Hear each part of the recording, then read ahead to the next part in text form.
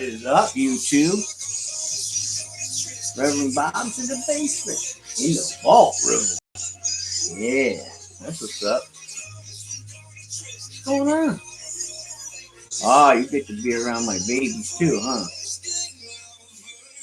See, in the interim of things, let me turn that music down. Hold on.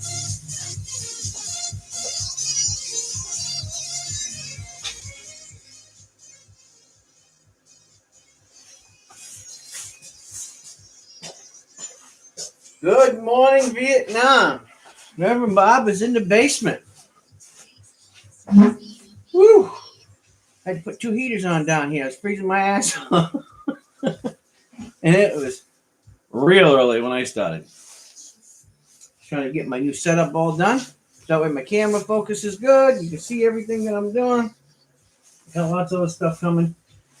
Cost me an arm and a leg, but you know what? I wanted to bring you guys something cool. This is all wireless. So we don't know. We'll see what happens. Hopefully everything's cool. Anyway, gotta watch it tomorrow night. Have some giveaways. I got all the giveaways ready in this box over here, right here. This box. See them all? So those are all ready. What's going to happen? Every 10 likes, I'm going to give one away. And it's going to be various things. It could be in the United States 2021 coin book. It could be, who knows? It could be I plunk on the guitar, you tell me what the name of the song is. First one, the name of that song will win. It could be, who knows? I don't know. Could be anything. Could be I pick a number out of the hat and however many people are in there. Hey, what's up, Nick? Whoever's, how many people are watching, you know, that are actually in the stream. In the chat box, I'll put a bunch of numbers in a hat. Pull a number out of the hat. Who knows what we'll do? We'll just do something funky. Okay? I just wanted to bring you guys down to where I feel the happiest in my house. Now, not to say that I'm not happy in my bedroom. I'm not saying that. But you can't tell me you wouldn't be happy down here. Yeah. You know, what's the matter, Nick?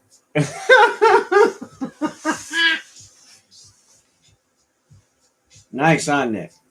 Oh, they go all around too, Nick. Look, somebody will be behind me too. Look.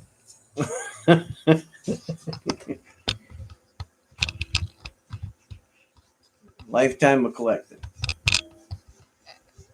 People get jelly. I'm like, why you get jealous? For what? It took me many years to get all this. I mean, I got them down there too. Look, down there too. Back there too. And it's like, yeah. Yeah. The sacrifices you make to have, you know. At one time, I didn't have this much stuff.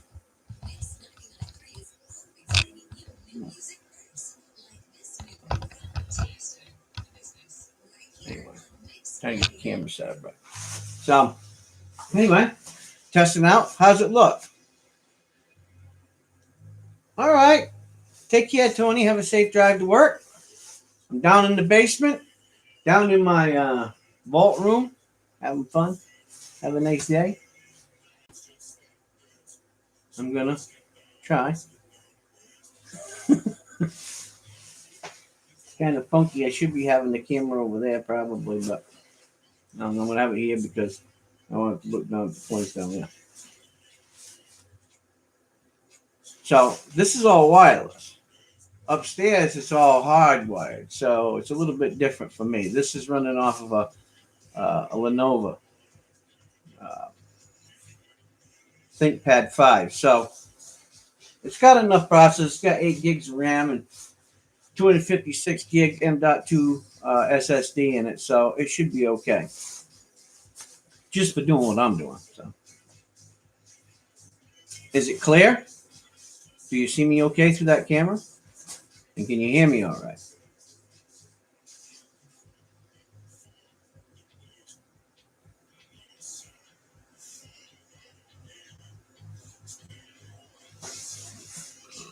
All right. I'll wait for it to catch back up. There's probably a little lag time between what's going on.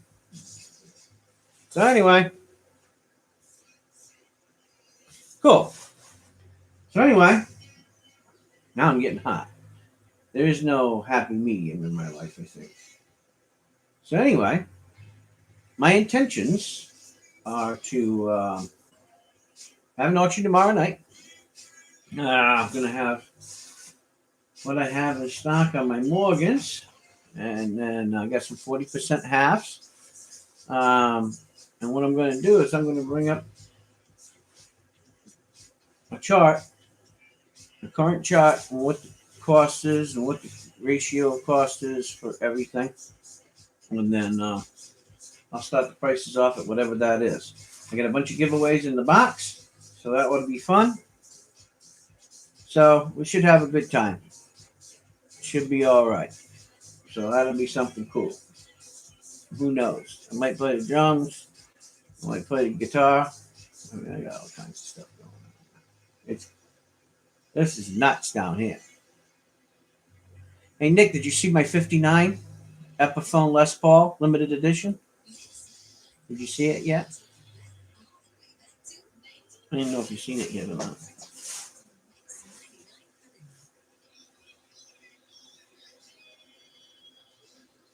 Did you see it?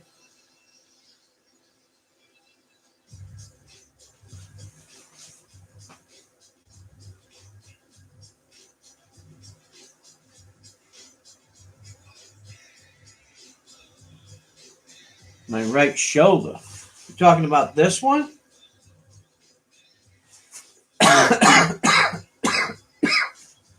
Which one are you talking about? This one? Or that one?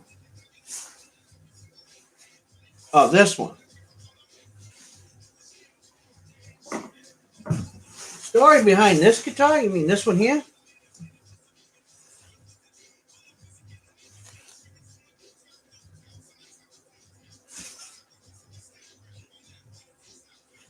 Actually, I painted everything on this guitar.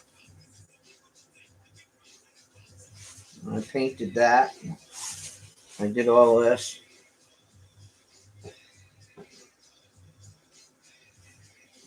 Got a little crazy years ago. This is actually I believe this is a Mexican Strat. This is a USA plate, but I believe this is a Mexican Strat.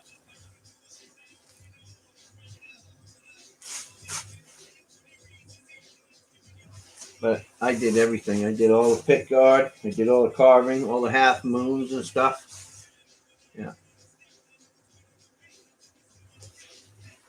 Pretty cool, huh?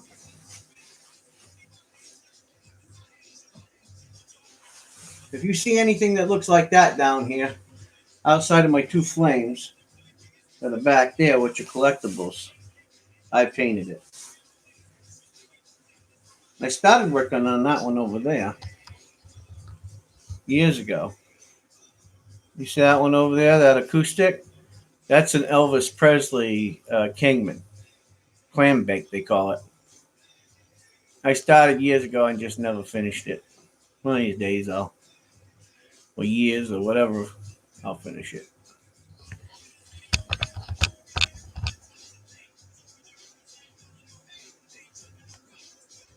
Cool.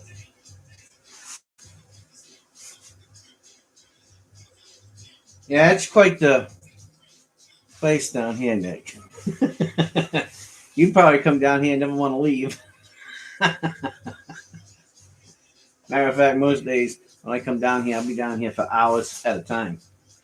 You know? Did you see my new Ivy that I got? I bought it because a friend of mine got one. He said, "Man, this is a really good guitar, Bob." I said, "Is it?" I said, "How much is it?" He said, "Pay $200 for it." I said, "Get the hell out of here, bullshit." He goes, "No." So I looked it up. I'll go grab it. I looked it up, and it's actually a really good guitar. I couldn't believe it. I'll go grab it. I just got it. I'm still in my.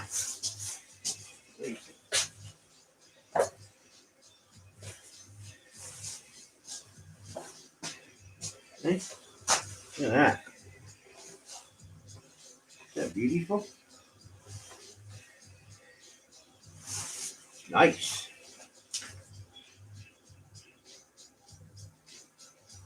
Absolutely a nice guitar. That, huh? Sexy, huh? Yeah, so pick that up. Nice. Really is.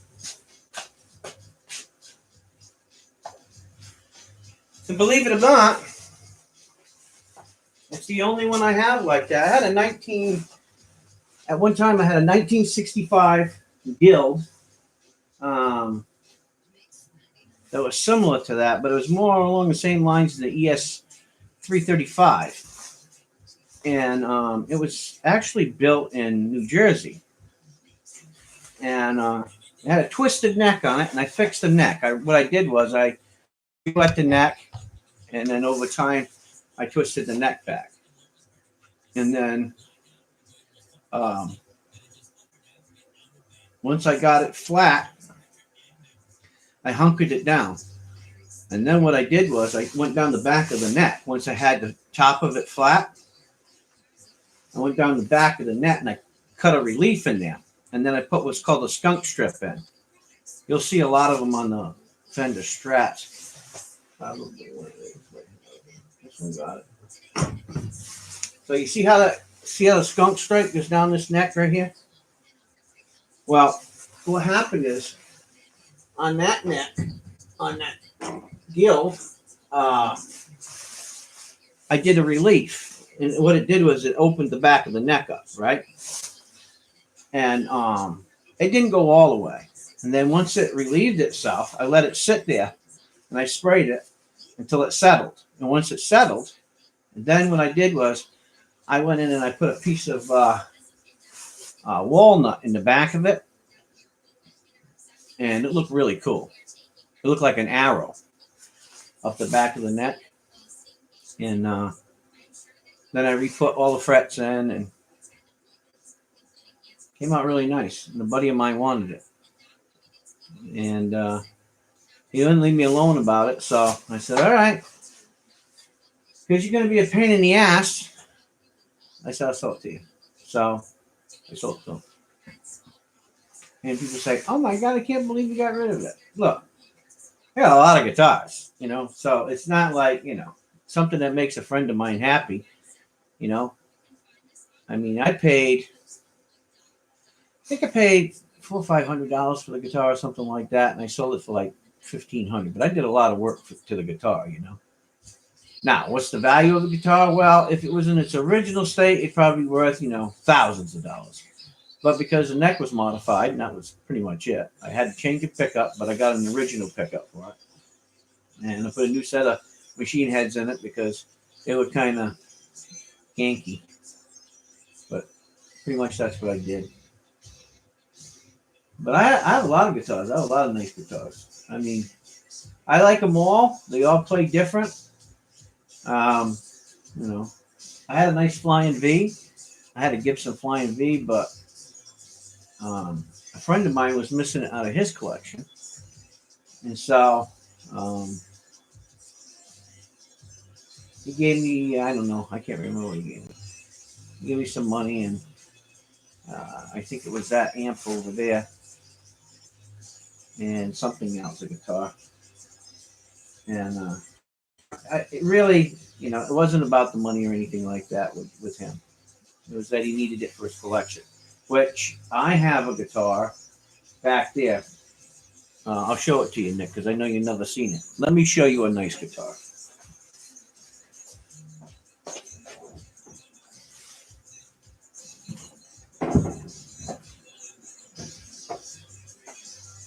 So, there's a little history behind this guitar. Now, most people, a lot of people don't know the name and they've never seen one, okay? But if you look, this is actually a top, okay? And it's absolutely gorgeous, right? Seymour Duncan's, the whole Shamoli bang. Okay, this is a TTM Devastator. This is built in the U.S. Custom Shop in California. Now, The thing about this was there was only so many of them. I had a purple Devastator. If you look at in the fretboard, it says Devastator. I had a purple one, and I had this one. And a guy hunted me down from Washington to get that purple one because I had it custom made. But what he did not know is that I had this one. Okay.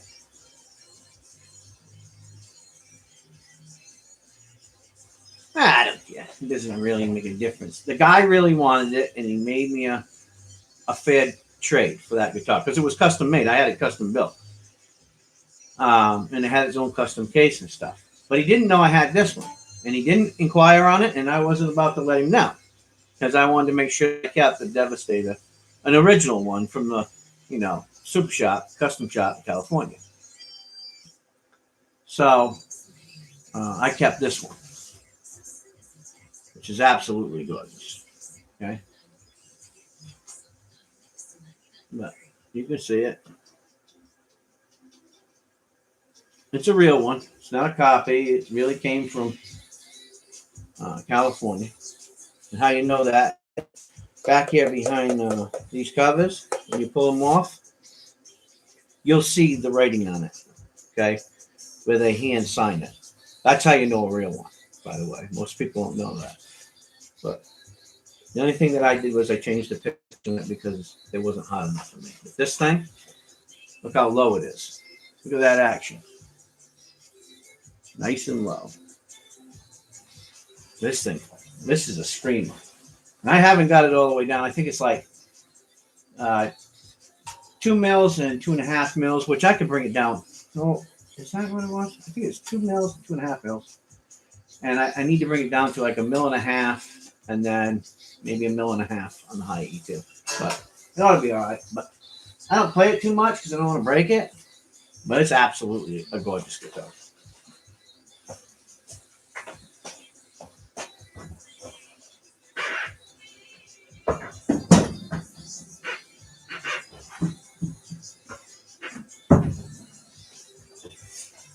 And then in 2019, I got this one. This is a brand new guitar, believe it or not. And I started painting it. So you can look. It's all micro stuff there, right? And I started it. I haven't finished it yet. But I started painting this one. And you can see I started on the headstock. But it's a real American double cut. Gibson. So, yeah, it's super nice. And it's a good player. It's got the P90s in it, so I like it,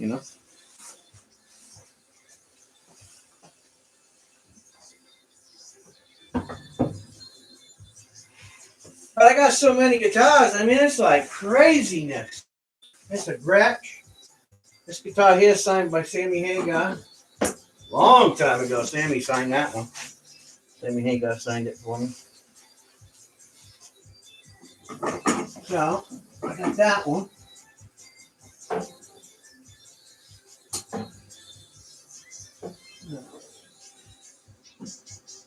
I got Kramer there. I got a yellow one I was building back there. I haven't finished it yet. Yellow one back there. What else I got? I got an original G&L S500 right here. This is an original G&L S500 USA. And then this one back here is a Carbon, an original Carbon guitar. And I got a Geo Ibanez there. I got a couple Ibanez's back there.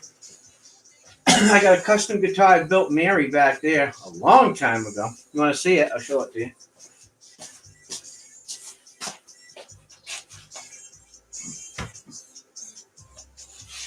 So, Mary says to me, "Hey, when are you going to build me a guitar?" I said, "What do you want?" "I want it freaky funky." So, this has all pearlized spackle in it. Okay, the front and the back. Kind of got a little scratch there. Pearlized spackle. Single left hole body. And then I got a perloid on the back. See it? See that? It's abalone, plastic abalone. But that's what she wanted. So I built it for her. God, I don't know, probably gotta be 8 or 9 years ago now.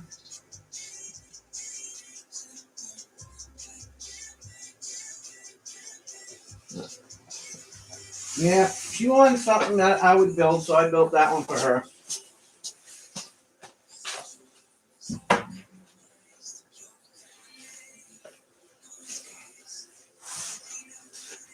Oh, Nick, I got more guitars than down here. I locked away, and yeah, it's crazy. I got them all down in the cabinets down there. I don't know how many I got. To be honest with you, I'm hanging them up out in the shop. I got an old Cortez over there.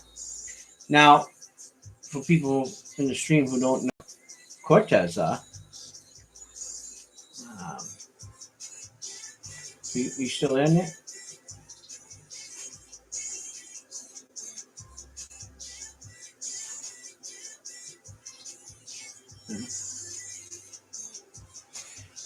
Cortez is Cort, the Cort company. Cort makes a lot of guitars for a lot of companies. But Cort used to be Cortez. And I got an original, I think I got 2 Cortezes, as a matter of fact. I'm pretty sure I do.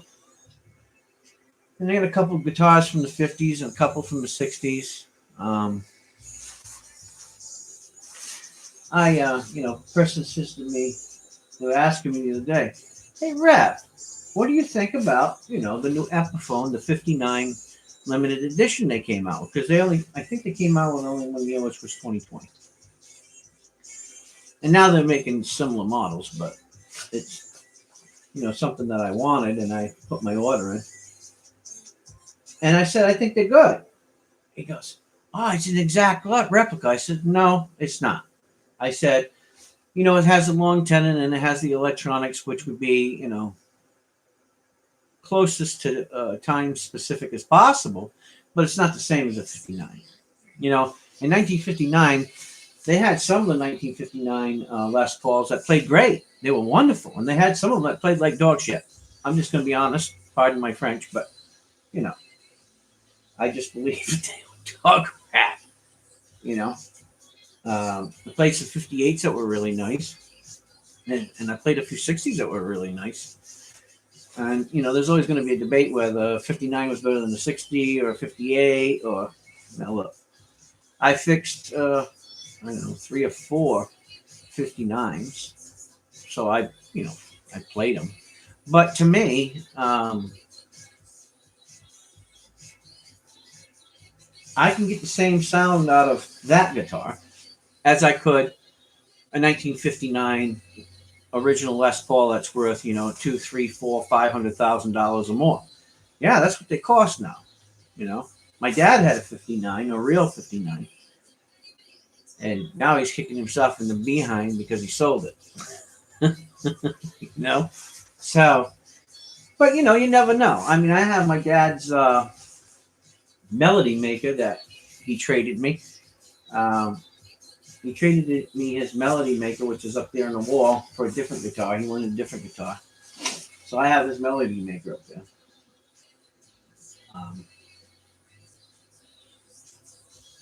I got some, I got a custom classic Gibson Les Paul up there with P90s. And it has a, 2A, 3A top. Beautiful guitar. I just don't play it a lot. It has a real thin nitrocellulose lacquer finish on it. And of course, I like Paul Reed Smith, so I got, 1, 2, 3. I think I got 3 or 4 Paul Reed Smiths. Paul built one of them. It's up there. That's an expensive guitar. It has a Dragon 2 pickups in it. That's what I wanted. I didn't, I like them.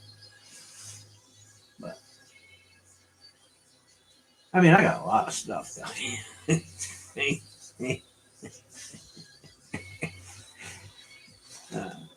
But I'm working on a guitar right now. Well, actually, I got the parts in for it that it needs. I bought what's called an effing guitar, right? Most people never heard of it, but it's actually the name of a guitar. And Butler Music sponsors the guitar. I believe it's their line. I'm not sure. Don't quote me on that, but they're out in Missouri. And so he gave me a good deal on a guitar, and I said, I'll do a review on it. But with everything going on, I haven't been able to do a proper review, so I haven't changed everything. But I bought new Wilkerson tuners for it, new Wilkerson pickups for it, and I think I'm going to put some orange drop caps in it, only because I think it needs to be dialed in a little bit more. But I haven't done any mods. The only thing that I have done up until this point on that guitar was I fret leveled it because it was a little not to my liking, and then I polished the frets, and then there was a little bit of fret sprout, not a whole lot, and then I took that down, and it plays really well. I set the neck because the neck had there was too much of a relief in it, so I brought it back up, and I believe I set it at like 2 mils on the low E and like a 1.5 mil on the high E. But I had to readjust everything, so I'll probably have to go back in and set it again, But I know what it needs, and I didn't want to put, too much into it. So I got 120, I think $125 worth of parts that I put into it, and not counting my labor or anything. But guitar would be a great guitar. I'll have a total of $400 into it, not counting my labor and time, but so for $400, and that's the case, the guitar, and it's ready to rock and roll. And the thing that most people don't understand about music is you can make the crappiest pickups in the world sound great with a most wonderful amp. Amplification has a lot to do with the modulations of sound coming from the strings. I mean, you can modify anything these days. So some people say, "Oh no, Seymour Duncan. Oh no, this. Oh no, that." Well, there is a difference between a ceramic pickup and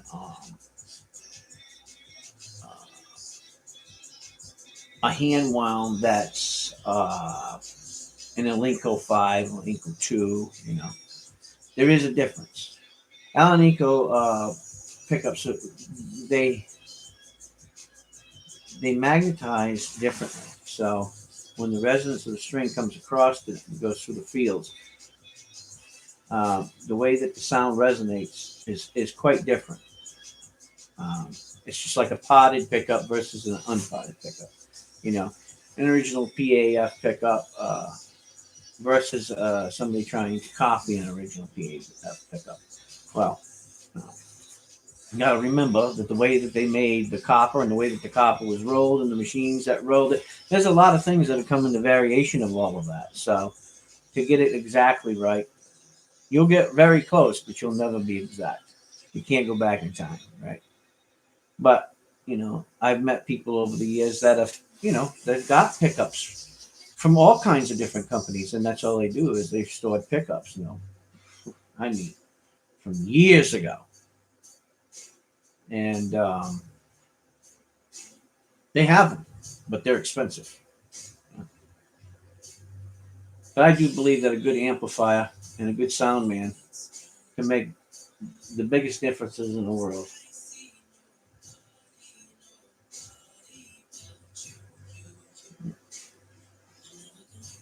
So, anyways, I was just down here getting ready to do my coin stuff.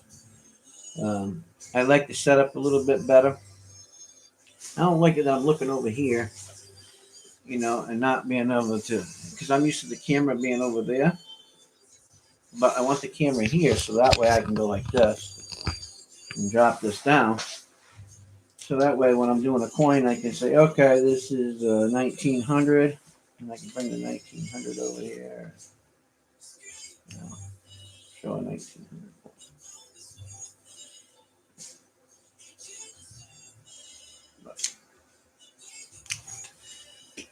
Makes it a lot easier. I got more space to do stuff. You know? It's pretty nice. I got a nice little setup down here. And then with, you know, if Mary wants to go to bed, you know, when she go to bed, she doesn't have to have me in the middle of her going to sleep, you know. So, and plus I could jam, you know, come down here and jam at night if I want to jam when I'm streaming or something, you know. I can do anything I want to do. And also, I have stuff coming for here, and I have a new this seat is hard as heck on my bunghole. But I ordered a seat, so that'll be coming in. I ordered a workman's mat for the top of this, so that I can do guitar setups and fret filing and how to examine a guitar that's broken or something like that. You know, for people who are interested in that, I can do a little bit of I think my reason for that is you got to have some kind of a trade secret, on certain things, because people are always trying to steal stuff. I do stuff when I build my guitars I've never told anybody, and I guarantee it would blow their mind if they ever took one of my guitars apart. But I do things a specific way. And that way, no one can ever say that they built it. Anyway.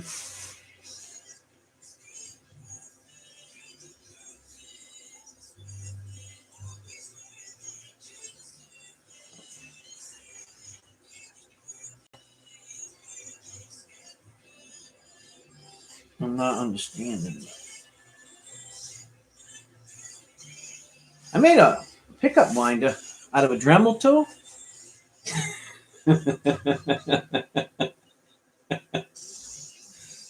Oh my god. I'll have to show it to you sometime. It's a pretty good idea. I won a couple pickups off of it, but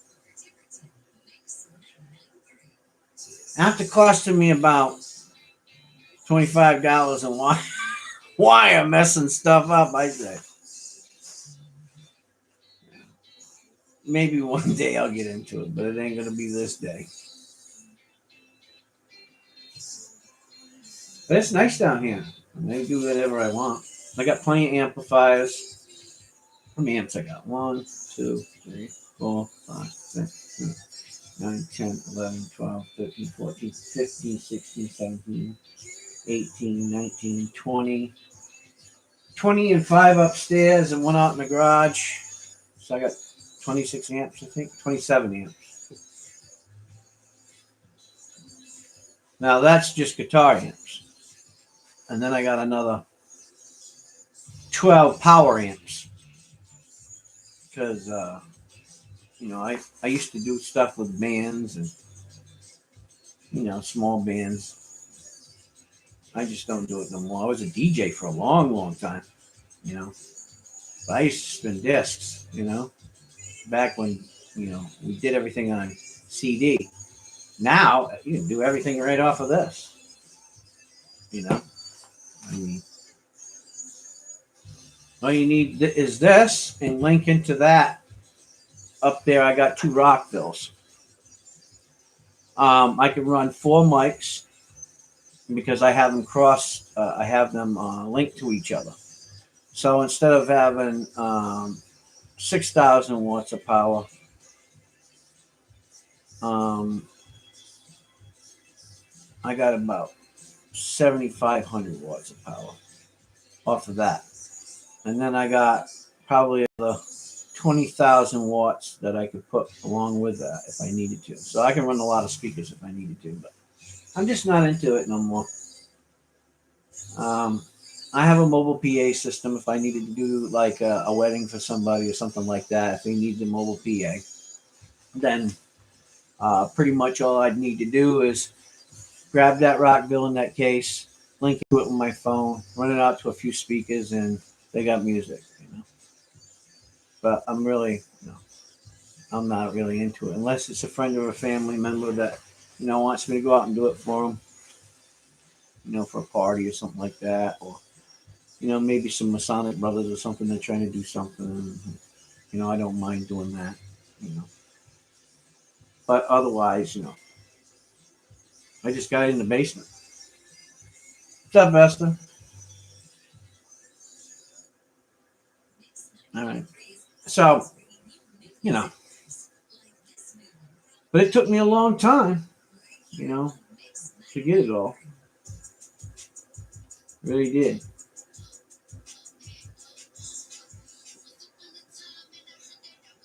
A lot of stuff, though. I'm pretty proud of it. I've come a long way. At one time, I lived in a little shitbox trailer, and actually, I grew up in them. Grew up in mobile homes, didn't have very much. Worked pretty hard and joined the military and got out and still live in a shitbox. And then just one day, I was tired of drinking and doing lots of drugs and being crazy. And so I changed my life. But I had to get right to do it. And then from changing my life, God granted me some mercy. And, dreams can come true. People say, oh, don't you dream about being a millionaire? No. My eyes out, I'm already beyond that. I've had a lot of friends in the past that were, and they weren't very happy. And, I've had my chance to, go on the road and sing with different bands, and because I'm a vocalist, so. And had a bad time in my life one time, strained my voice, and I don't know, I was just in a bad place. And, I'd done guitar setups, and, I was in mobile with you for a long time, guitar tech. And then I just decided it was too much, and I seen too much, and then I seen too many people failing and falling on their faces, and I tried to help them, and they didn't want to listen to me, and then either they die or um, they lose everything that they've ever worked so hard for from being stupid, because they didn't try to change their life. So I took heed to the message and I changed my life around. Doesn't mean I don't have fun. Doesn't mean I don't get a little wild, but I'm within control of that stuff now. Man, it was a time in my life, boy. The military really, it taught me a lot of things, but it also messed my head up. It took me a while to come back. So, anyway, that's our story. And that's how I got all these, buying, selling, trading, fixing stuff for people, working hard for people, And this is the culmination of all that work. I'm pretty proud of, People wow over it, but um, I've seen collections way bigger than this. I was invited to people's private collections. I'm very diversified, though. Uh, there's some people that only collect like Corey Smith, or they only collect Gibsons, or they only collect, Alvarez or whatever. Mine's very diversified. Everything has a meaning to me. Um, whether it's a very simple meaning or like I have 4 guitars that are signed by Esteban. I work for Esteban. I used to sell merchandise for him. Hell of a nice guy. Um, you know, he told me his story, but I told him my story about my daughter too. And just a really nice guy, And I have 4 guitars signed by him, pictures signed, from him.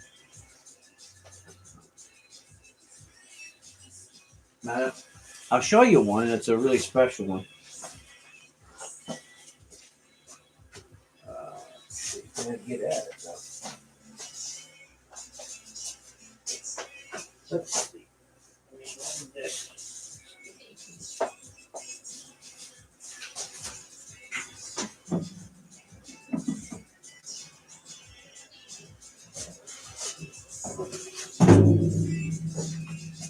So this guitar here, signed by Esteban and his drummer, and there's a story behind this guitar. So this guitar was broke up here. I really didn't do a whole lot of work to it, but it was broke up here, and I just repaired it. I didn't really polish it out or anything, but I fixed it up. There was a guy in Westerly. Oops, shit. There was a guy in Westerly, Rhode Island, and he sold these kegs. And I used to go in there every so often, help him out. Do a few little things for him. Set some stuff up, fix some stuff for him, because he knew I was a luthier. And he asked me if I wanted it. Yeah, keep it. I said, really? He said, yeah, sure. So he ended up passing away. So when he passed away, I didn't want to get rid of the guitar. And I figured the best way that I could ever keep it was to, give it some defining character. So I told Esteban the story about this guitar. And, being a musician, understanding, hardworking musicians and, people in the industry, whether you're buying, selling, trading, playing them, whatever. So he says, Bob, just bring me the guitar. I'll sign this guitar for you. He says, do you have any more that you want me to do for you? For your collection? I said, I got a few. He says, bring them all. I'll sign every one of them. So I had them all signed, which is really cool. Heck of a nice guy.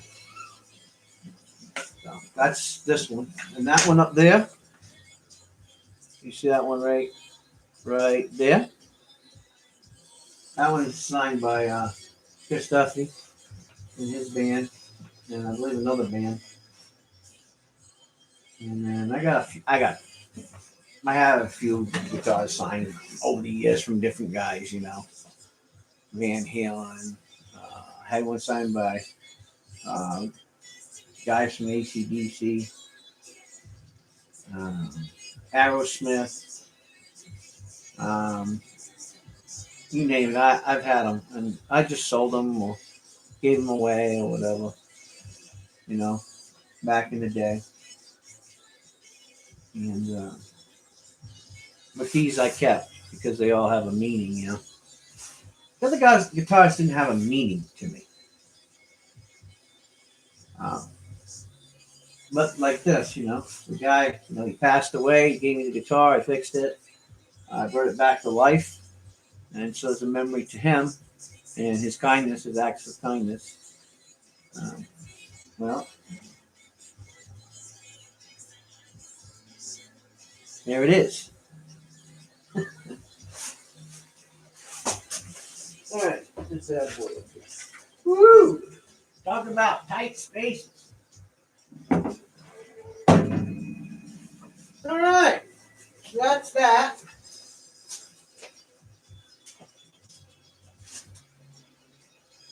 I could go on and on and on about guitars. I'll tell you. I got 2 guitars over there that are brand new, and they're both numbered, and they're both Buffalo Bills guitars. They're certified, licensed by the NFL. There was only 100 of each team produced, and those 2 are both made by Woodrow Guitar. They're called North Enders, and they're certified editions, NFL certified, licensed Buffalo Bills guitars. So there's only 100 of them made, and I got 2 of them. So, which is kind of cool. They're brand new, never been played. Still in the boxes. I got some old 60s Guild guitars. And Oh, what else do I got? I have a Taylor guitar over there that's really special. All my Uncle Mike, my Aunt Karen, and all the kids signed that many years ago. They signed that guitar for me. So that's really special to me. My uncle bought me that guitar. He flew me in from Oregon to paint his house.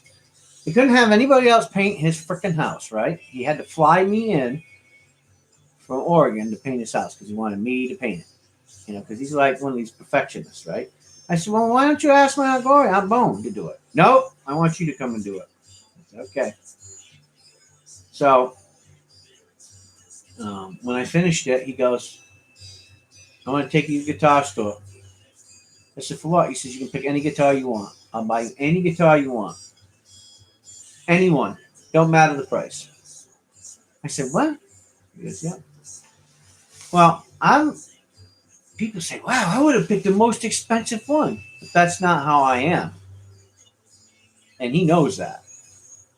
I needed something that was special to me and not over the top because I didn't want to do that to my uncle. The guitar that if my uncle was in a better place, then I would have probably picked a nice Gibson, flat top. But I didn't, I want to do that to him. So I picked a big baby Taylor that he bought me. That's a nice guitar. I like it. Yeah. Anyway, crazy, but a part of Oregon. Well, I lived in Sutherland, Oregon, which is just outside of Roseburg, south of Eugene. Um, my ex-wife's family still lives out there, and I have a lot of respect for them still, even though we're not married anymore. Me and my ex-wife, we didn't really have. We just didn't get along, I mean, not in a bad sense, just we didn't see life the same way. We wanted, we just kind of grew apart, I guess.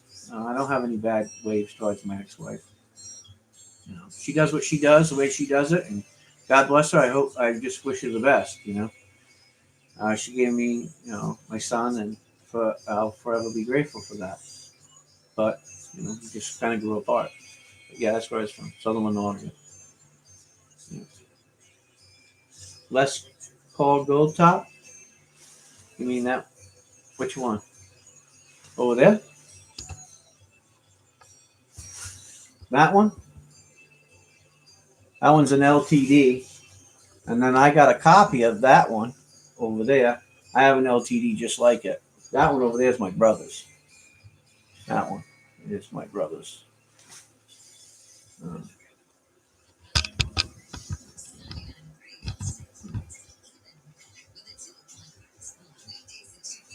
What do I play?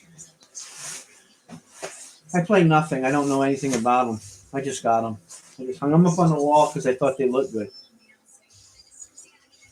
Do you believe that story?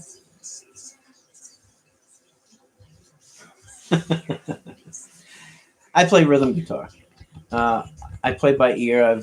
I never play by chords. I mean, I understand the pentatonic scale and things like that, but I've always played by ear. It's But as a musician, I started singing when I was 5 years old. Um, my grandfather started me off at a very young age. So when I was 5, I started singing on stage at the Fiddle of Three in Connecticut, Stony, Connecticut. That was a long time ago.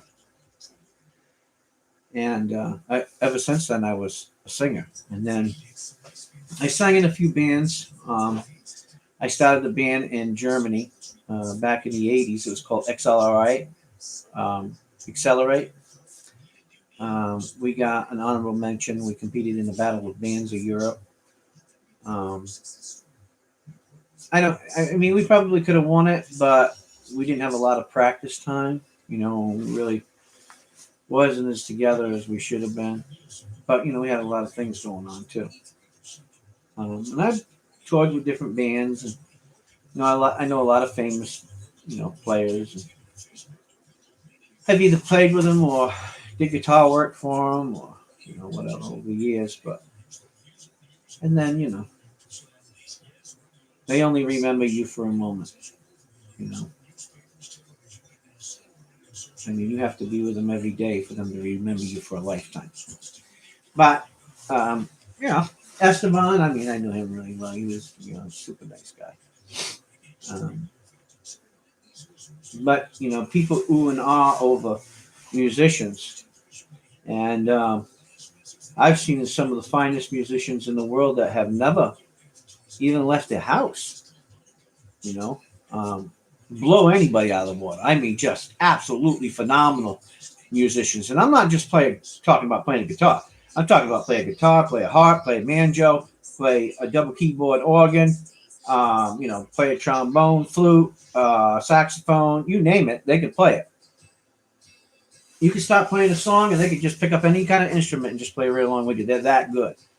My stepmom, uh, she was an opera singer and she had a grant and she got accepted to Juilliard and her brother wanted to go to seminary to become an Episcopalian priest.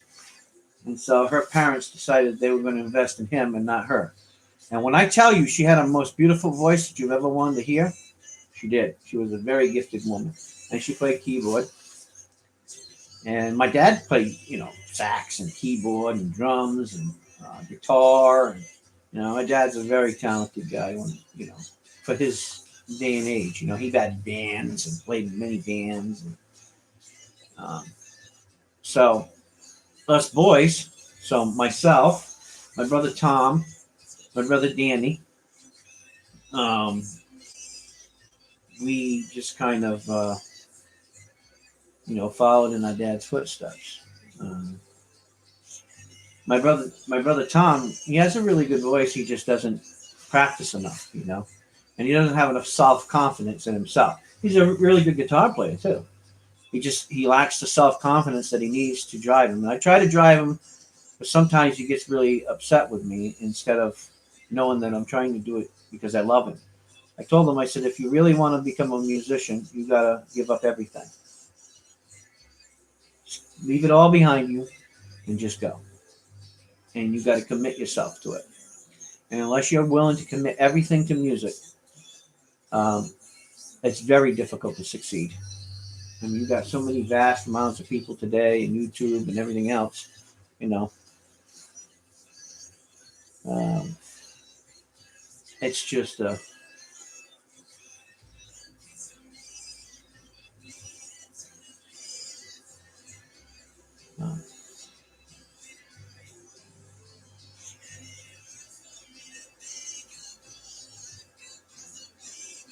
uh, talking about this.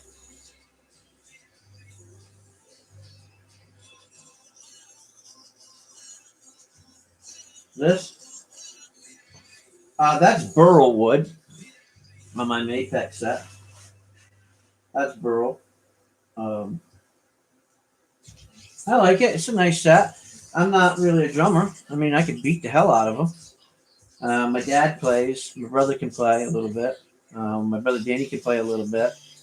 I mean, I can, you know, I play a little bit, but I'm not no pro. Um, I don't practice enough. Everything down here except for that cabinet, that amp down there, the Marshall, that head back there, and those two guitars, well, three guitars. Everything else in this room is mine. Um, I give my brother his own little itty bitty portion of a corner. This is my room, but you know, and he can play anything that he wants. He just don't want to take responsibility for grabbing one of these $5,000 or $6,000 guitars, dropping it on the floor, you know, having to face me. So, but I play them. I play them all, believe it or not. I just have to be in the mood. I'll come down here and I'll say, God, old girl, I haven't played you in a while. I think I need to jam on you. I'm not ignoring anybody. I'm just in my own little world. It's morning time and I haven't been looking at the chat.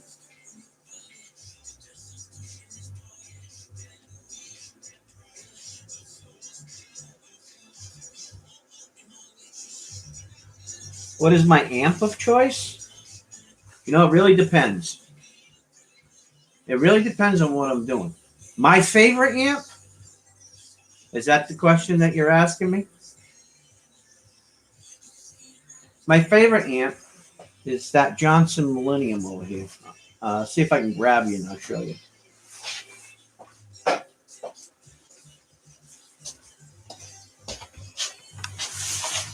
Over here, I don't know if you guys can see it or not, but back up there, that's a stereo 150 watt amp. That's a Johnson Millennium. They only made them 1 year. And that's a big boy. And then the controller's down there. The big controller is like $500 for the big controller for the ground. That amplifier was $2,800 when I bought it. That is what they call, that's an original. I had the S-Disc 2 processing in it. So that's one of the original of digital compressing and, you know, processing.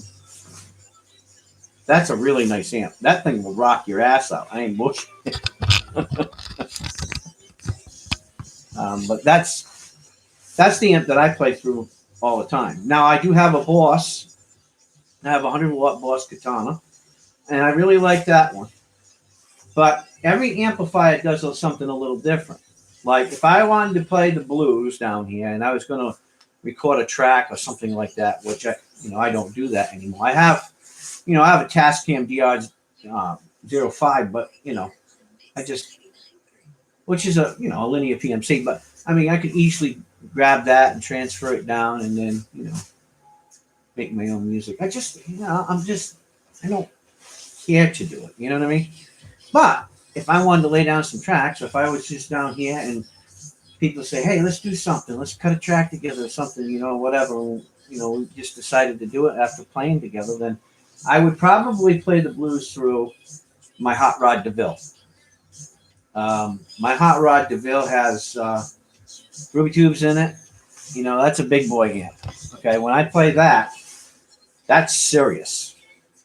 Okay, that's a serious amp. I usually let that warm up for about 20 minutes. And I warm the tubes up before I play that. That's a loud amp. That amp is so loud it'll dampen a set of drums. That's how loud that amp is. So if I'm playing the blues, I've always loved to play Fenders. I have a Fender amp up in my room that is a hybrid. It has AX pre amp section in it. Has AX tubes in there. I can't remember what they are offhand. I'll check it out. But that's what I have in my bedroom that I play through, that Fender amp. But if you ever ask me what I think, if you're going to play blues or old rock and roll, I think there ain't nothing better than an old Fender, amplifier, tube amp with a Les Paul. But in retrospect of that, you take a Stratocaster and you put it through a Marshall amp, and that's a different sound. So, just from my years of experience, not that you can't intermingle them, not that you can't play a Fender guitar through a Fender amp. I actually have Gibson amplifiers upstairs and locked up in the closet. I have a couple of Gibson amps, old Gibson amps, solid states. But for me, if I'm playing blues, it would be through that. But I love rock and roll. I can sing country music and I can sing rock, but I like to play rock. Rhythm. Let me look at this before somebody gets pissed off at me. I had a stereo. What's that? Yeah. I had a stereo chorus red knob Fender. I did. Matter of fact, that's weird that you say that. Had all red knobs on it. It was great. And then I sold it to a friend of mine who actually sold me this house, um, Frank DiPietro. Um, he asked me one day, "Hey, Bob, you got anything for sale?" And I said, "Yeah, I got this." And he's like, "Oh, I got to have it." I can't remember the name of it. Stereo something. Stereo 60 or something. I don't know. I can't remember. He wanted it. So I sold it to him. But the Katana's a really good amplifier.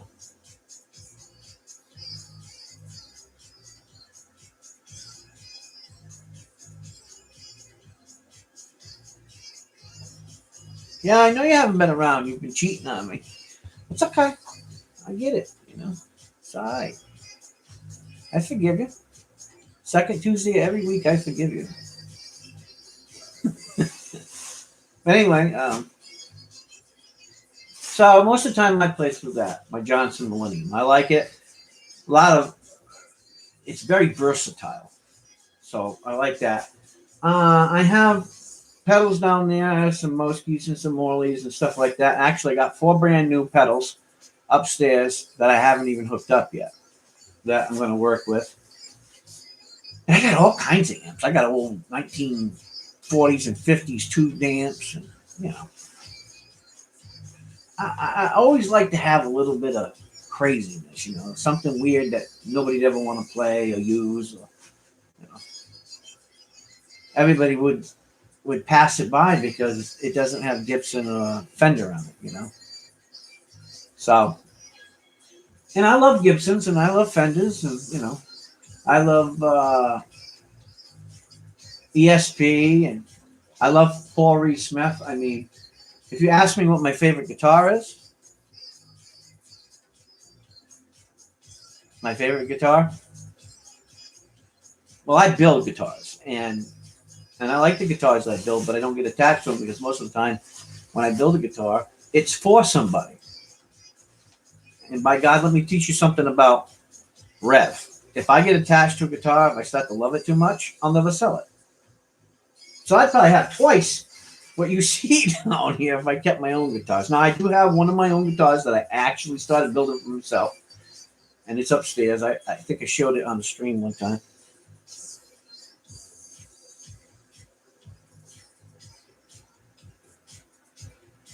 Oh, yeah? That's cool.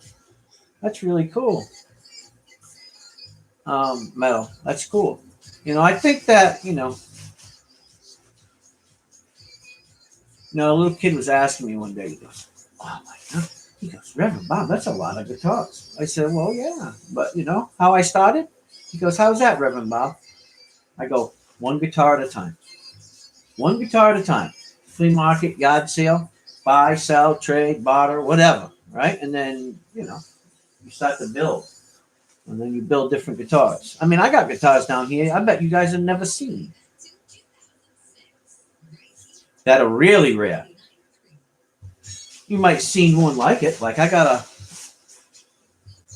a Squire up there, and it has flames on it, right? And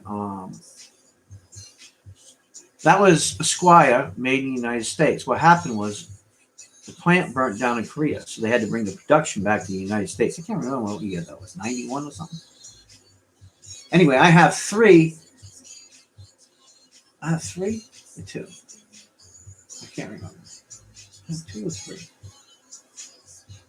No, I have 2 left. I sold one to another guy. So I have an American Telly, which is James Burton American Telly. He was the guitar player for Elvis Presley. I got his Telly, and then I have a red Squire American Strat. Okay, a red Squire American Strat made in California, and then I have my Flame, my Black Flame Squire made in the United States. And those are 2 very, very rare guitars. But that Flame one, they only made a few of them. They didn't make a whole lot of them. It's a super rare guitar. And Then I have a Fender that's by Squire. And what it was a mess up on the stickers. So when they made the guitar over in Korea, right, they put Fender instead of Squire by Fender. They put Fender by Squire, which was, I don't know, it's kind of a weird thing. So they're really rare. And then I have a lot of Squires, Squire 2s, Squires that were made in Korea. I don't know how many I got. 1, 2, 3, 4, 5, 6, 7, 8, 9. There's another one over there somewhere. 10. So I got 10 or 11 of them that were made in Korea. I don't know. I just like the Korean made Squire Strats. They're really good guitars. Yeah, I mean, I thought they were. You know, and look, a lot of guitar players who've ever played the Squires from, you know, back in the 90s, 80s, and 90s, they were well built guitars. You know, you really didn't need to do too much with them. You know, do a little setup or whatever, but you could gig with them. You know, right out of the box, just set them up, gig with them. Put a nice set of strings on it, some Devastators, and roll out, right? But they're becoming harder and harder to find now, you know, especially in really pristine condition. And mine are starting to, you know, they were whites, you know. I have one, I call it Starlight, and it was white with, you know, silver glitter, and now it's turning yellow. It's so old, you know.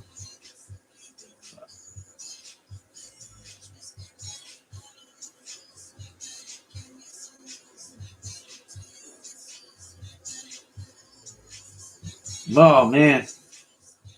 Well, if you like the, you know, Les Paul quilt top, you know, I mean, I have a flame top right there, and that's a custom classic. That was a custom made classic guitar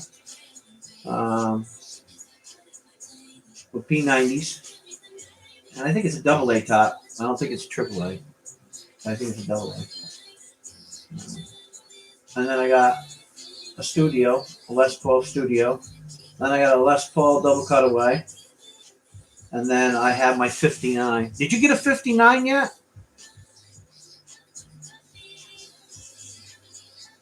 You want to see it? I'll show it to you.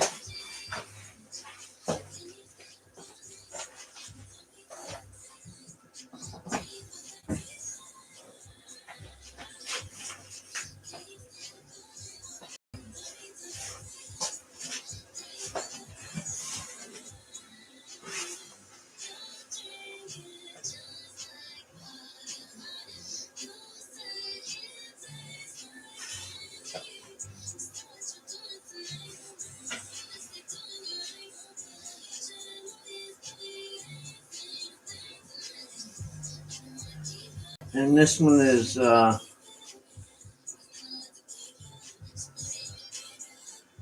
number 72, I think.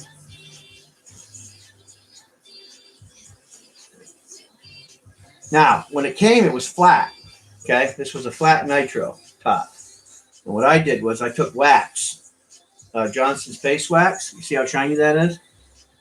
And I put Johnson's Paste Wax all over the top. And I really, really rubbed it hard. And what that does is that keeps that nitro from cracking. Because the thing about nitro that a lot of people don't know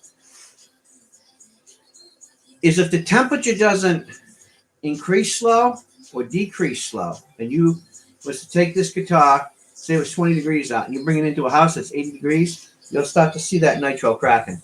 They'll start cracking that nitro. It cannot withstand it. So what I did was, not that I'll ever take the guitar out of the house, I said, I got an idea. So I tested it. I tested a board with 6 coats of nitro, okay? And then what I did was I took the Johnson's wax over the top of it, and I rubbed the Johnson's wax on it. I put like 4 coats of Johnson's wax on it, right? Really rubbed it in good. And then I tested it. going from outside to inside, outside to inside, outside to inside, right? And it never cracked. So the Johnson's wax, the way that I did it and the way that I heated it on and everything, it really did a good job. Um, does that mean that I got lucky, or did I figure out a science to it? There's no telling. Some it may and some it may not. Really, it has a lot to do with the grains and how porous it is. There's a lot to that.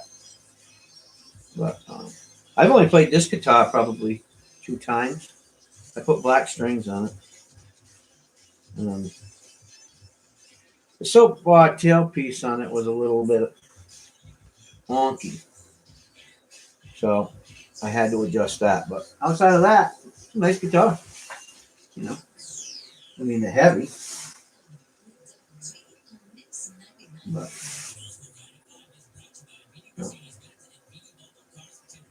it's a nice guitar. You can see the wax in there. There's a little white spot of wax in there. But did you buy the new 59 Epiphone Les Paul yet? Metal? Did you buy the new one yet? The new 59 limited. Well, I don't know if you can still buy them or not, but Epiphone and the Gibson Custom Shop got together and they developed the 59. Well, as close as you're going to get. 59 Les Paul. Epiphone. Have you got one yet?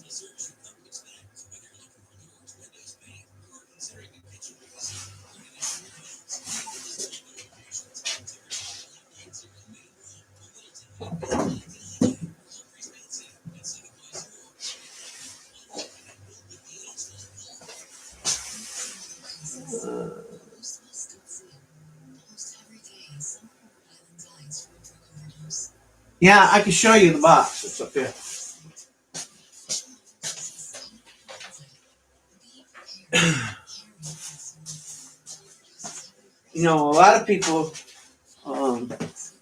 A lot of people, they're into all of this stuff, right? They're trying to spend thousands and thousands and thousands and thousands of dollars on recording stuff. And I, well, a buddy of mine who is a studio, he's been running studios for years. He says, Bob, why don't you get one of these? I said, what the heck is that? He says, oh, yeah. He says, you just put this in a room and you guys just record your tracks or whatever. I said, what? Yeah, you can just record as a band or whatever. I said, get the hell out of here. He goes, no, it's simple and easy. He says, and then you can, just go in and cut it up, shorten it, do whatever you want to do. I was like, oh, that's cool. So I picked me up one of these. Have you seen it?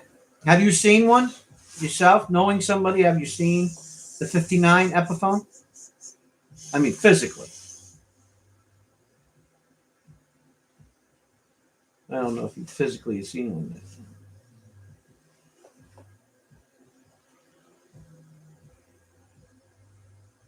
Yeah, stereo mics.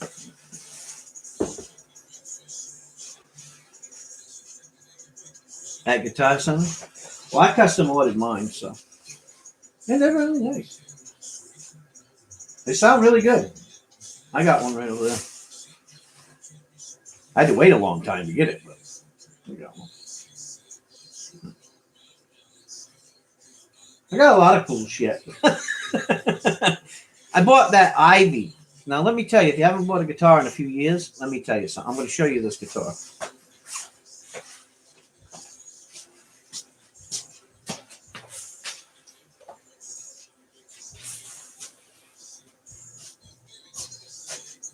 So, I was telling the guys earlier. So my buddy goes, Bob, have you played them Ivy guitars? IYVs? I go, what the hell is that? He goes, oh, they're made in Vietnam. I go, really? He goes, Bob, you gotta buy one. I go, oh, I ain't gonna spend a bunch of money on a cheap old guitar or whatever. He goes, Bob, if I'm telling you it's a good guitar, I bought one. Go buy one. I said, well, I already bought a 59 this year. I can't spend it, afford to spend a lot of money. He goes, it's $200. I said, what? Yeah. It's like 200, 250 bucks, and you can buy them. And he says, and, you'll like it. I'm telling you, you're going to like it. Well, I don't have, double F fold, the block comes back to here somewhere. But yeah, it goes all the way back. It's tapered all the way back. So this is a whole solid piece of maple core that runs through here.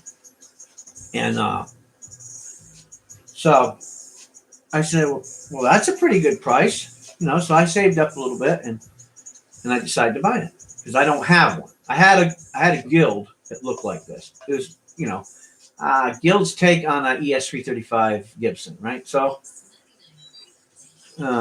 I picked it up. The only thing that I had to do was do a little bit of fret work, because there was a little bit of fret sprout. Too much for me. And then I polished frets up a little bit because it was real gritty, It was just real gritty when you were doing bends. And it, so I was like, I'll fix that. Pickups? Hey, everything. Even the tuners were good. And the funny thing is it's got a, I think it's a composition knot on it, So, but nice. I mean, look, you won't catch me building one of these for that price. Ain't no way. Triple binding, mother of pearl and abalone inlay. I mean, they did a really nice job. I give them props,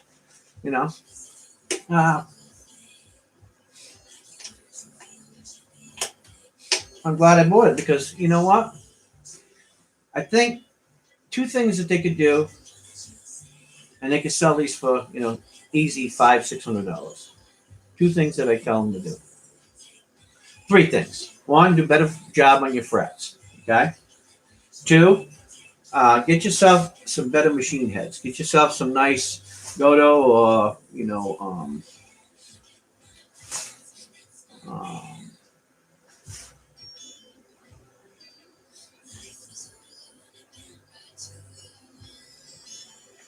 oh man, I got itch in my ear. Sorry. Get some Godo tuners or Grovers or anything. It's a nice set of tuners on it, right? And then put it. As far as the pickups are concerned, they're really good. Okay, for what the guitar is set up to do. I don't know. If you really want to change it a little bit, you can put a set of, Seymour Duncans in it. Put a JB down here, I think that JB in the bridge would make it sound a little bit, give it a little more snap, a little more top end, tweak the mids a little bit more. But I really don't see the necessity for that. But a working musician, they could easily have this as a backup for their Gibson or whatever, just have one of these or two of these as a backup, and I think it'd be a perfect backup, or they could just put something over the headstock if they wanted to, or whatever, or to give them away, as gifts or something. It's not a piece of shit by no means. It's a really good playing guitar. It's solid built. They did a really nice job. The fit and finish was okay. They had small little things, but you got to be anal retentive to really get down there and start looking at little detailed bullshit. But I've seen Gibsons and Guilds right down in here. They really didn't clean up the F-hole really good. But for $250 guitar, I'm not bitching, and nobody should be bitching. Not at this price. The potentiometers were fine. People get into this big thing. Oh my God! Well, it's gotta be changed. I say it like this. Look, I could take a processing machine, or any musician could take a processing machine, run it through a bunch of pedals, get a great amplifier, and I can make these pickups sound like any $10,000 Gibson Les Paul or ES335, whatever. Okay, I'm a firm believer that a great amplifier is a world of difference with playing any guitar that you have. A great amplifier. If you do not have a great amplifier, I don't care what you put in for a pickup. You still got a shit amp. Plain and simple. You know? When these guys go out professionally on stage, what a lot of guys don't realize, there's a sound man back there, okay? And his ass is getting paid to make sure that sound, is right. The mix is right. Because if not, the guy on stage, he's going to get mad. He is going to get pissed, okay? So that sound man, he's a really important dude. People forget about him. They're so much concentrated on, the actual artist playing. They forget about all the other people. All the roadies, everybody setting up everything, everybody running all those cables. Snakes upon snakes upon snakes. The lighting guys. But the sound man, shit goes wrong. That sound man's got to be on it like Blue Bonnet, right? He's got to know exactly what's going on. So I think that, if people want to just buff people up, ooh, these are the best, ooh, these are the best, ooh, these are the best, I think it's a very debatable subject. And that's coming from a guy who's, was a DJ I was a DJ for many years. So, I'll tell you something funny. If you want to hear something funny.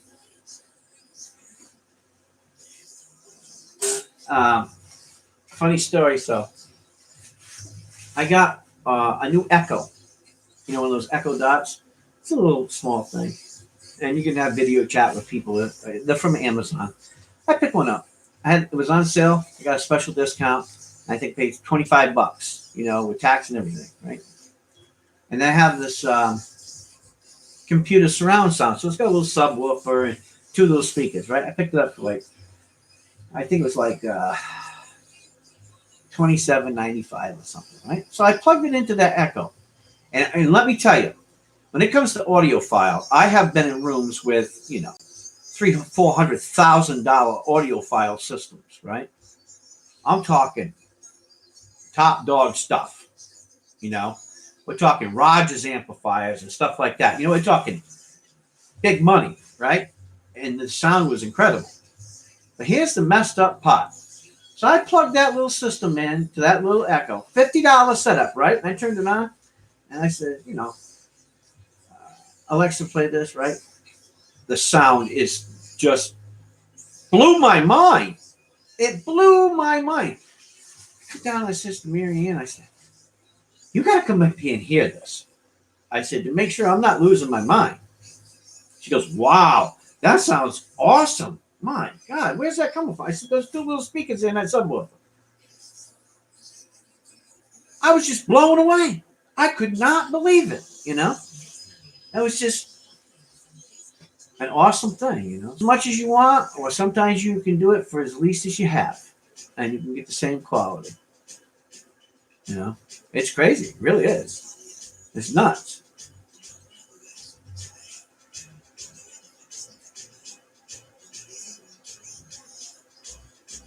Oh yeah, it really does make it with I had a friend of some friends of mine. They had a band out in Fort Wayne, Indiana. It was called JFX. And a friend of mine, Brian Gunda, he was one of the guitar players in it. And, that's a long story, but I won't get into that too much. But they were really good, and I used to help them. I roll stuff around for them, do lights for them once in a while. In the mix.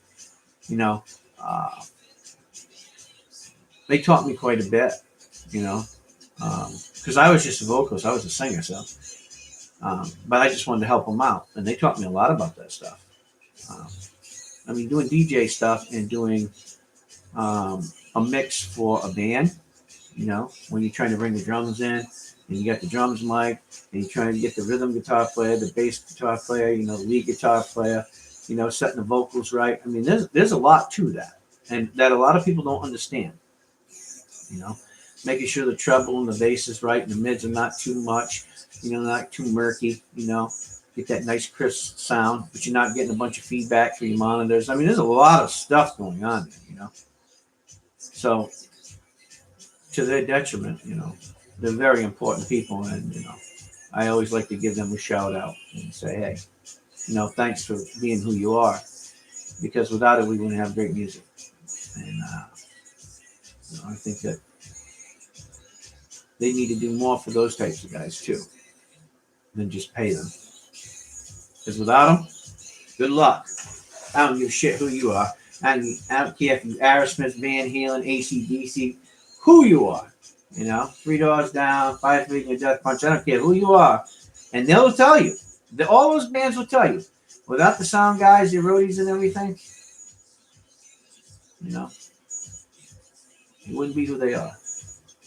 So there's always somebody behind the other guy, right? In anything that we do in life. But anyway, I just want to show you that. So you can pick, if you want to pick up one of these, you can pick them up on Amazon. Yeah, I give a shout out to the company. There's the name. IYV. Look, I'm a guitar builder, right? But I build exotic guitars, so I use exotic woods, And the stuff that I deal with costs a lot of money, the woods. So I'm on a different keel when it comes to building, specialty guitars. Because my guitars, they cost thousands of dollars. And it takes me, 6 months, a year, sometimes 2 years to build something, People are in a rush. I'm the wrong guy. I am absolutely the wrong guy to build them. And I don't build them for everybody. I've turned a lot of people away. Because I have to give an interview of a person to make sure that when I build it, it's for them. They know exactly what they want. And they're going to love it, and they're going to care for it, and it's going to be in their collection forever. Otherwise, I'm not building it. Money don't rule my life like that. When you want me to do something and build something with my hands, and you want me to put my love in something, there's a lot of inspiration behind it. So, but getting back to this, hey, a couple $100, man, shipping, whatever. Hey, all day long. If you like this style of guitar, this is more bluesy rock. Great construction. They did a really good build. I mean, hands down for the money, you can't beat it. Period. So I would tell you to get one in your collection if you can.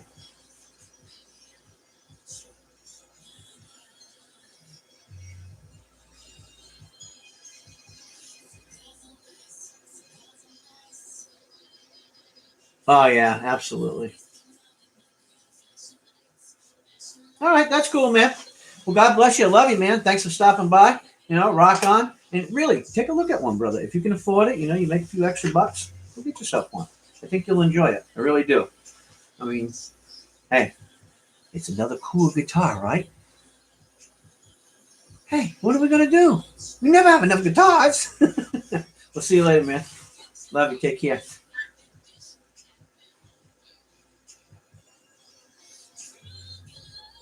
I only came on to do this for a couple of minutes, and look at me. It's been an hour. I should be gaming. But at least everything's running good. I'm pretty happy about that. Thank God. So everything's running good, so I can play guitar. I can do my guitar setups. I can do gemstones. I can do my coins. I'm pretty psyched. I'm pretty psyched that I'm in the basement. I can chill out down here. Yeah. You guys can be around the things that I love. I love wood and metal. And people who have put a lot of love into building these instruments. I can appreciate it. Every one of these companies I can appreciate. Every person that's ever labored on each and every one of these guitars I can appreciate. Because I build them myself. Do I think any one guitar company is better than another? No. Because let's face it, if it wasn't for the Stradivarius, would any of these ever been created? Right? If it wasn't for a violin. So, it goes back to the roots. You too, brother. Have a great weekend. God bless you. I'll be on tomorrow night anyway, doing my auction stuff, my charities. I'm just going to be doing them mostly the first and the last week of the month. I'm going to put out the big silver stuff, but during the middle of the weekend, I'm going to help some other friends that need some stuff sold. Just do a little small stuff. I'd rather just be doing guitars and stuff like that. That's me. The money will come. God will take care of that. I ain't worried about that. That's why I moved down here, so we can have more fun. See you later. I'm going to go put this back over there.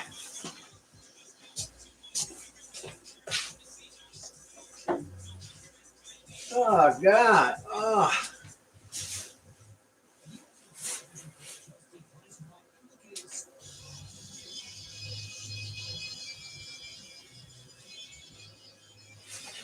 All right. Man, my ass hurts from sitting on that bench. Oh, my God. My old buns are killing me. Oh, Lord have mercy. Alrighty. Anyway, guys, I think I'm pretty much set up. It looks good. I can just swing this around and swing this down like this. You guys will be able to see what I'm doing. All right. I'm looking at a coin, which is kind of cool. I can put a coin up there. Zone right in. You guys can see it. That's cool.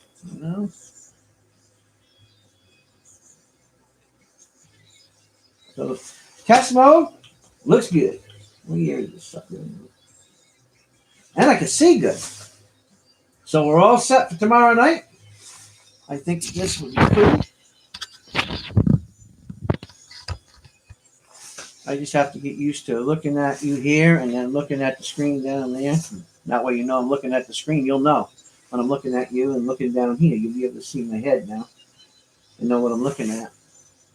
So if I'm looking like this, I'm looking at the screen. If I'm looking like this, I'm looking down at coins. If I'm looking like this, I'm checking you all out.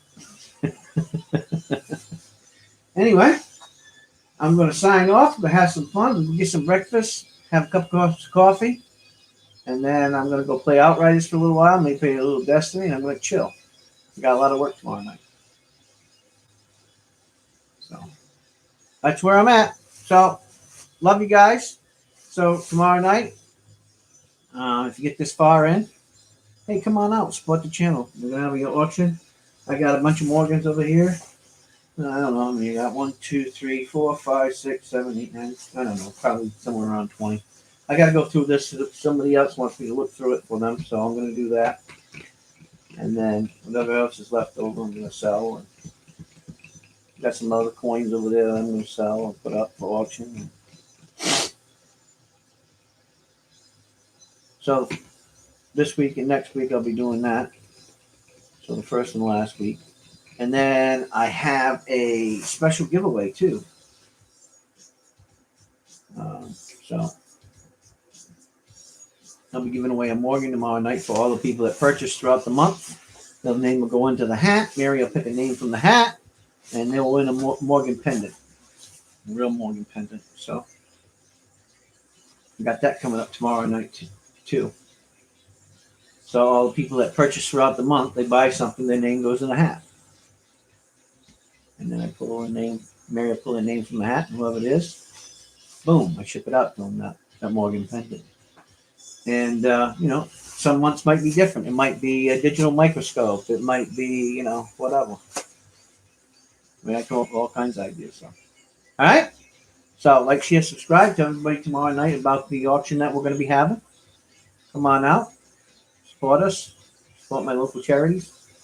And we should have a good time. Should be fun. Anyway, love you guys. I got a new saying because a buddy of mine, Can, I don't know if you guys know him or not.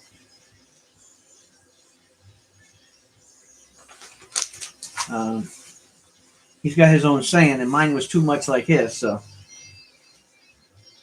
I have a new saying. Random coins of kindness bring new smiles every day. So remember that. Random coins of kindness bring new smiles every day. So, remember that. Which I think is kind of cool. Random coins of kindness bring new smiles every day. Kind of corny. But I had to come up with something because I didn't want to steal his ideas, which I wasn't because I didn't even know what he was saying. But I kind of felt bad because it sounded too much like his.